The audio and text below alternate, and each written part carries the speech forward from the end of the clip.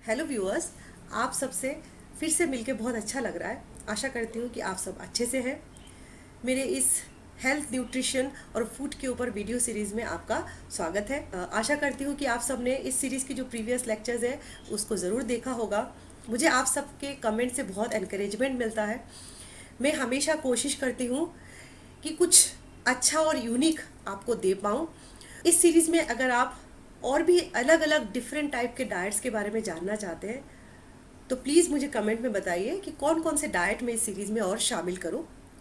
आज मैं जिस डाइट के बारे में बताने वाली हूँ बहुत ही यूनिक और डिफरेंट है। क्या आप सबने केवमैन डाइट के बारे में सुना है? प्री हिस्टोरिक ह्यूमंस, जब इंसान ने कल्टीवेशन करना सीखा भी नहीं था, जब गुफा में रहते थे और शिकार करके खाते थे, उस टाइम का जो डाइट है उसको फॉलो करना, उसको बोलते हैं केवमैन डाइट। नेम है पैलियो डाइट। पैलियो डाइट के बारे में डिटेल में जानने के लिए प्लीज़ इस वीडियो को लास्ट तक देखिए। चैनल को सब्सक्राइब ज़रूर करिए, शेयर करिए, लाइक करिए। Paleo diet is a natural way of living. Maximum जितना भी पॉसिबल हो सके नेचुरल सोर्सेज से जो फूड आता है उनको खाने की कोशिश करना ही पैलियो डाइट है।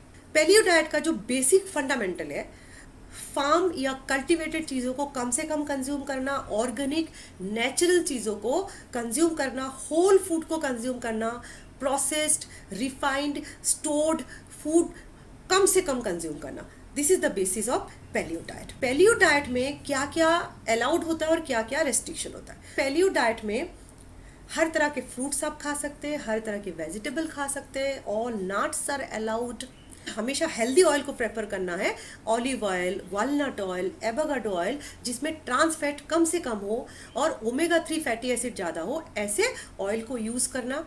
ग्रेन्स या शुगर कंटेनिंग स्टार्ची फूड को मिनिमम से मिनिमम लेना, क्वांटिटी रेस्ट्रिक्शन रखना।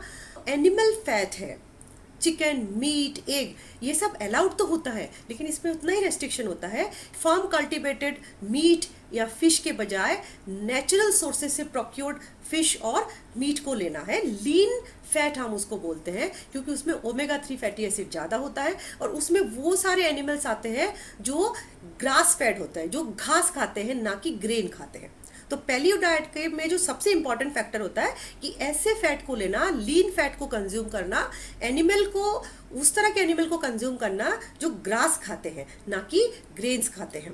टर्की, चिकन, लैम्ब, ये सब अलाउड होता है। एग भी अलाउड होता है, लेकिन हमेशा कोशिश ये करते हैं कि ऑर्गेनिक सोर्स से लिया हुआ मीट को कंज्यूम करें। जो फिश, वो जितना हो सके जो नेचुरल सोर्सेज से, सी से या रिवर से कैच किए हुए फिश जो है उनको कंज्यूम करना अलाउड होता है, जैसे सामन, ट्राउट, ये सारे फिश ज़्यादा क्वांटिटी में यूज़ करना क्योंकि उसमें प्रोटीन लीन होता है, साथ में ओमेगा 3 फैटी एसिड ज़्यादा होता है। So this is the base of paleo diet. अब देखते हैं क्या क्या उसमें रेस्ट्रिक्शन होता है। Refined food, processed food, refined sugar, totally no. Brown rice, artificial sweeteners, totally no. Salt, minimum से minimum. Grains, minimum से minimum. पैलियो डाइट के फायदे क्या है? स्पेशलाइज टाइप के फूड या फूड के क्वांटिटी में कोई रेस्ट्रिक्शन नहीं होता, ना कि बहुत ज़्यादा रेस्ट्रिक्शन आपको कैटेगरी ऑफ फूड में होता है। आपको सब कुछ लेना अलाउड होता है, बट सारा फोकस नेचुरल या ऑर्गेनिक चीज़ों में होता है। ऑब्वियसली इसका बेनिफिट तो होगा ही होगा। इसमें कोई ड्रास्टिक वेट लॉस नहीं होता, लेकिन कोई पर्सन उसको लॉन्ग टर्म के लिए फॉलो करता है तो weight loss is a added benefit. साथ में better sugar control, better blood pressure control, lower level of cholesterol and triglyceride, body की एनर्जी लेवल हाई रहता है, वर्कआउट एफिशिएंसी बढ़ जाती है, better sleep and better immunity. ये सबसे अच्छा बेनिफिट है पैलियो डाइट का। अलोंग विथ इट, जब कोई नेचुरल सोर्सेज वाला फूड कंज्यूम करता है, obviously age related chronic disease के चांसेस कम होते हैं, लॉन्जिविटी या लाइफ स्पैन बढ़ जाती है। पैलियो डाइट को फॉलो करने से क्या कोई बैड इफेक्ट आ सकता है? जबकि पैलियो डाइट का कंसेप्ट तो बहुत अच्छा है, लेकिन हर चीज़ के साथ पॉजिटिव एंड नेगेटिव ज़रूर जुड़ा होता है। पैलियो डाइट में थोड़ा सा प्रॉब्लम ही होता है क्योंकि उसमें कल्टीवेटेड चीज़ें काफ़ी कम यूज़ करते हैं और साथ में डेयरी प्रोडक्ट भी मिनिमम से मिनिमम यूज़ करना होता है क्योंकि butter, ghee, high fat milk, high fat yogurt में बहुत सारा ट्रांस फैट होता है।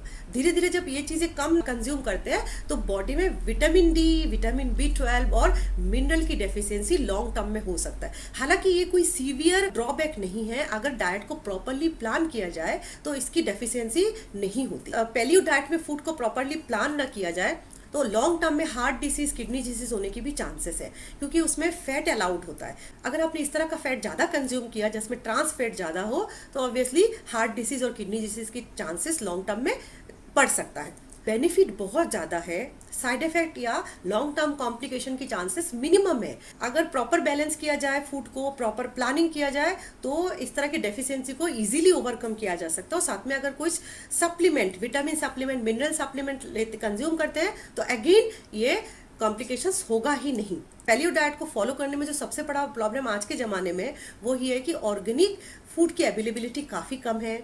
ऑर्गेनिक फूड बहुत कॉस्टली है मार्केट में। इवन जो ऑर्गेनिक के नाम पे मार्केट में सेल होता है, उसमें भी कोई एश्योरेंस नहीं है कि बाकी में वो ऑर्गेनिक है कि नहीं है। आपके पास तो टाइम नहीं कि आप शिकार करके कोई जानवर पकड़ के लाए या फिश कैच करके लाए, आपको मार्केट पे ही डिपेंड करना है। और जब हम मार्केट में डिपेंड करते हैं, बहुत सारे वेजिटेबल्स, बहुत सारे ग्रेन्स ऑर्गेनिक के नाम पे सेल होता है। ऑर्गेनिक का बहुत बड़ा मार्केट है वर्ल्ड वाइड, लेकिन सबके दिमाग में एक ही क्वेश्चन होता है, क्या वो वाकई में ऑर्गेनिक होते हैं या कितने परसेंटेज ऑफ सेलर्स है वो एक्चुअली ऑर्गेनिक चीज़ें ऑर्गेनिक के नाम पे सेल करते हैं। तो sources is a very problematic thing, कभी कभी मिलता नहीं है। और साथ में कॉस्ट तो बहुत बड़ा फैक्टर है, क्योंकि ऑर्गेनिक के नाम पे हर चीज़ की कीमत 3 से 4 गुना 10 गुना बढ़ जाता है। So paleo diet is actually not a diet, this is a lifestyle. Prehistoric तो है, केवमैन की डाइट को फॉलो करना 100% फॉलो नहीं किया जा सकता है, लेकिन कोशिश किया जा सकता है कि जितना पॉसिबल हो उतना नॉर्मल लाइफ में भी आप उसको फॉलो कर सकते हैं। तो ये डाइट ना समझ के आप उसको लाइफस्टाइल समझिए।